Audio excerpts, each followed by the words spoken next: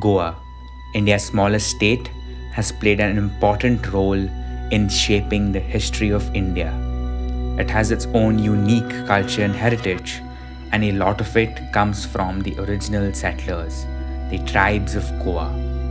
Goa has four main tribal communities: the Gauda, Kunbi, Velip, and Dhangar. The Dhangars in Goa are recognized as shepherds, who are similar to the Maratha shepherds of the Konkan region. Some of the community members opine that the name Dhangar is derived from Dhenu, which means cow, or from Dhan, meaning wealth, in terms of their livestock. Bomu Vemkar has spent his entire life tending to his livestock and has seen the changes that his community had to go through. आमचे बघा पहिला वडील आमचे होते ते गाया म्हशीत लागून ते इथे 2 वर्ष राहणार तिथे 2 वर्ष राहणार असं करूनच परंपरा त्यांची सोपली. म्हणजे चारा पाल्याखातीर डोंगरांनी राहायचे, कुठे पाणी आहे तिथे राहायचे. नदी म्हणजे त्यांच्या ढोराला म्हशीला पाणी पाहिजे होतं. In Goa, the Dhangar community is concentrated in the hinterland talukas of Kankhona, Kepe, Ponda, and Sange. During the peasant society, they were established as the food producers and were the sole suppliers of meat, protein, and manure the farmers needed. Their chief and hereditary occupation is to rear sheep. Some of them domesticate cows and buffaloes and sell their milk until today are solely dependent on their cattle for their income. गाया आहेत 4-5 गाया आहेत माझ्या. पाडकात 4 म्हशी आहेत माझ्या 10-12. ह्याच्यावरनं काहीतरी करून ह्याच्यावरनं तेवढं पोट भरतो मी. एवढी मुलं पोसतो. आता जवळजवळ माझ्या 7 जणी मुली, 1 मुलगा आणि काही नोकरीच नाही, पण त्याच्यावरनी हे करतो. आणि मेन म्हटलं तर आता काय झालं, आता दुधावरती काय आम्हाला म्हणजे पोटात तेवढं चालतं, फायदा काय नाही. म्हणून एक गव्हर्नमेंटाचा सपोर्ट परत मिळतो ना बघा, तो जरा फायदा सुटतो. आणि त्याच्यावरनं आमचं कसं तरी रोजी चालते, पोट चालतं आहे. पण ज्या लहानपणाला माझ्या आम्हाला बाजारचं खाण काय नव्हतं, स्वतःच आहे. नाचणं, भाकरी स्वतः नाश्ता करीत आम्ही. स्वतः नाश्ता, स्वतः वरी पाकोट राळा, मग स्वतःचं दही, ताक, दूध, तूप स्वतःचंच.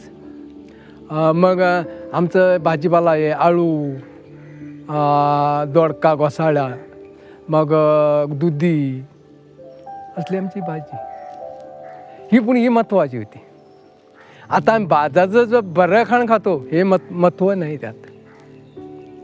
आणि त्या टायमा म्हणजे त्या माणसाला कसला द्वेष नव्हतं, काहीच होत नव्हतं. पण आईच्या काळाला काय झाले, ते आईच्या काळावर त्या बाजारचं खाणं चांगलं म्हणून खात्यात आणि त्याला सगळी द्वेष लागल्यात.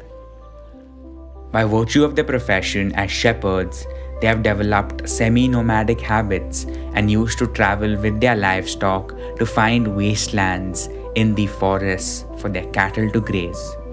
Their habitations were influenced by the southwest monsoons with heavy rainfall, which increased the growth of green vegetation, which served as pasturing grounds for their livestock. Today, they are no more a nomadic society and have settled in small villages across the state. या धनगर म्हणजे आमच्या तर एक जागेवर कन्नत राहून असले, कधीच राहत नाहीत. त्या गाया म्हशीत लागून काय त्यांना चारा पाला पाहिजे होता, गाय म्हशीत लागून एक जाग्यावर 1 वर्ष राहिलं तर तिथून गेलं दुसऱ्या जाग्यावर राहिलं, तिथं 2 वर्ष राहिले. तिथला जर चारा पाला नाही, 3ऱ्या वर्षाला तिसरीकडे गेले. असं करून गोयभर फिरत राहायचं. तर हे आमचं वाळपई बाग ते सांगत ते काणकोण हे म्हणजे एवढं फिरत राहायचं आहे. म्हणजे 10 वर्षांनी आणि परत त्या पहिल्या जाग्यावरचं यायचं आहे. म्हणजे तिथं ते आणि चारा पाला व्हायला नाही काय, तिथं यायचं. असं करून फिरत राहिले. असं फिरून आज आमच्या धनगराकडे काय झालं, आज गायी गेल्या, म्हशी गेल्या आणि जागा लुगार बी नाही. आम्ही लहानपणी म्हणजे असं माझ्या लहानपणात आम्ही राहायचं इथंच, घर आमचं इथंच होतं. पण गाया म्हशी लागून आम्ही 4 महिन्याखाती कुठंतरी जाई, म्हणजे कुठं बरं कराड आहे गवात म्हशीनं खायला, पाणी बरं आहे, सोयी कुठं वरणार तिथं ते घेऊन जायच्या गाया आणि म्हशी. 1-4 महिने तर राहायच्या आणि ते बी कशा झाडाच्या मुळाला. आणि तिथं दूध असलं तर दूध द्यायचं. आम्ही कर्नाटकाला असंच गेलो गाया म्हशी घेऊन. म्हणजे तिथं 4 महिना जानेवारी फेब्रुवारीत जायचं, म्हणजे मेत परत घेऊन घरातली लोकं बी का घराकडेच राहायची. मला एक दोघं तिघं कोण जायची गाय म्हशी घेऊन, फक्त त्यांना चाऱ्या पाल्या खाते. म्हणजे इथं काय नाही ना चाऱ्याला, इथं चारा पाला खायला काही नाही ना. आणि आजपर्यंत आमची धनगराची परिस्थिती अशी आहे की आपल्या स्वतःच्या पोटाखाती बघितलेलं नाही, पण गाया म्हशीच्या पोटाखाती जास्त बघितलेलं आहे. आणि त्यांना का उपाशी मारलेल्या नाहीत गाया म्हशीनं यांना कवाच उपाशी मारत नाही. आपण 1-2 दिवस उपाशी राहिला तरी त्याला काळजीच नाही, पण गाया म्हशी नाही कवा उपाशी राहणार, असं त्याचं एक महत्त्व होतं. Their habitations have been surrounded by forests with vast stretches of pasture lands. They used to live in huts with walls of wattled reeds and roofs thatched with straw, but over time they have moved into permanent cemented houses. Their sheep, cows, and buffaloes are kept in a stable tied outside their residence. The Dhangars have their unique dress, which distinguishes them from the other communities of the region. When they go for cattle grazing, they are generally found carrying a staff with 1 or 2 dogs, which assist them in driving the flocks and sometimes save them from wild animals. The men used to wear a Leon cloth called kaste and a turban or feta on their heads. हे आमची परंपरा, म्हणजे कुठं गाय म्हशीत गेलो तर हे आमची खांद्यावरच. बरं पावसाला हे आमचं घोंबडं म्हणतो आम्ही.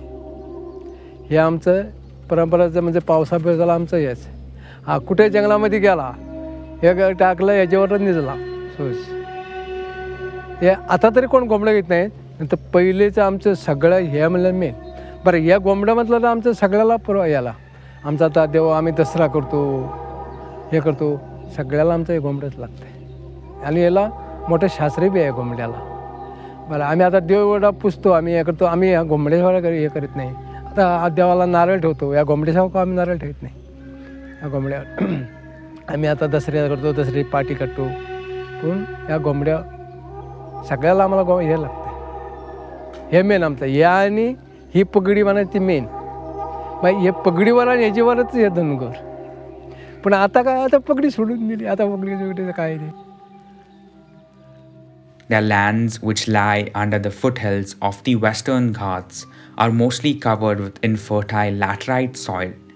Thus, they can produce only millet or ragi and jowar in their fields. आज गायावरनी मग आणि शेती म्हणत तर आमचा नाशना म्हणा, वरी, राळा, हे आमचं परंपरा आहे. आणि ते बी आज काहीतरी शेतीमध्ये नाश्ता करत होते. ते आता जंगलामध्ये जनावर जास्त झाले. डुक्कर म्हणा, गवा म्हणा, कीर म्हणा, मोर, ह्याच केलेला काही धंदाच ठेवत नाहीत. ते धंदा ते खात्यात आणि काय खायला मिळत नाही. Dhangars profess Hinduism. They observe all important Hindu festivals such as Dashera and Diwali and have their own distinctive rituals.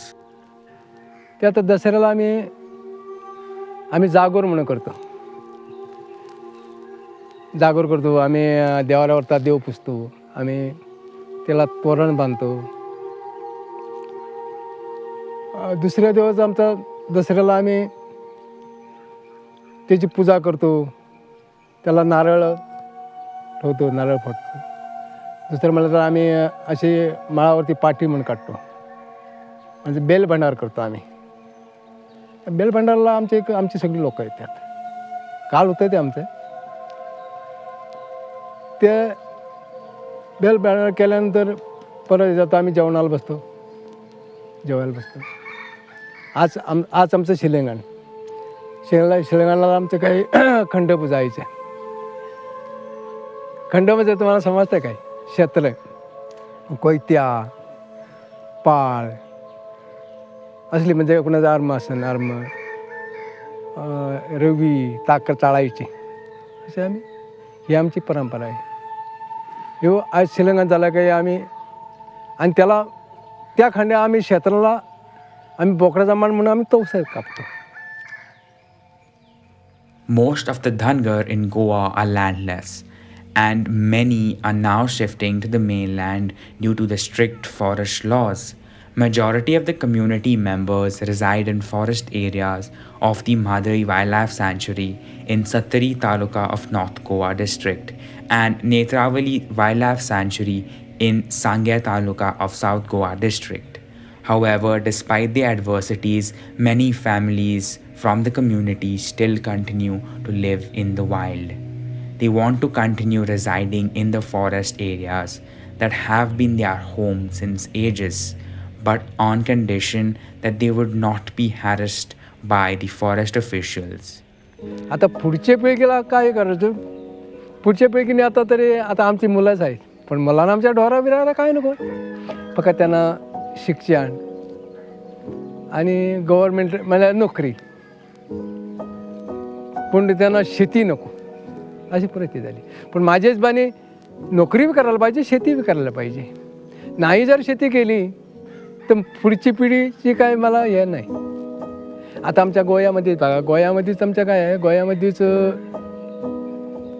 लोक आता गव्हर्मेंट सगळं पैसा भरपूर आहे, पण खायला काय नाही. पैसा का खायचा आहे नाही, शेती करायला पाहिजे.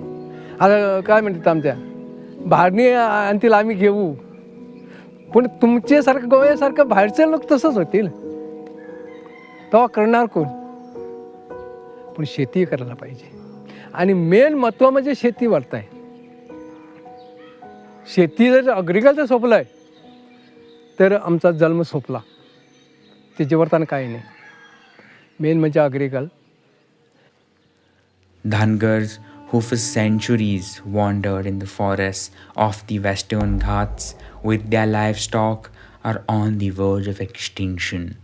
Rapid urbanization, depletion of forest cover, forest department taking over forest lands, spread of education and aspirations among the new generation is responsible for the slow disappearance of the Dhangars from the map of Goa.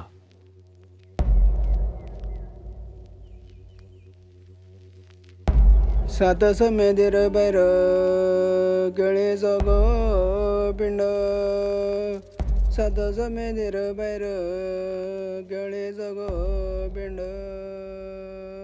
दिंगावर नाव गेला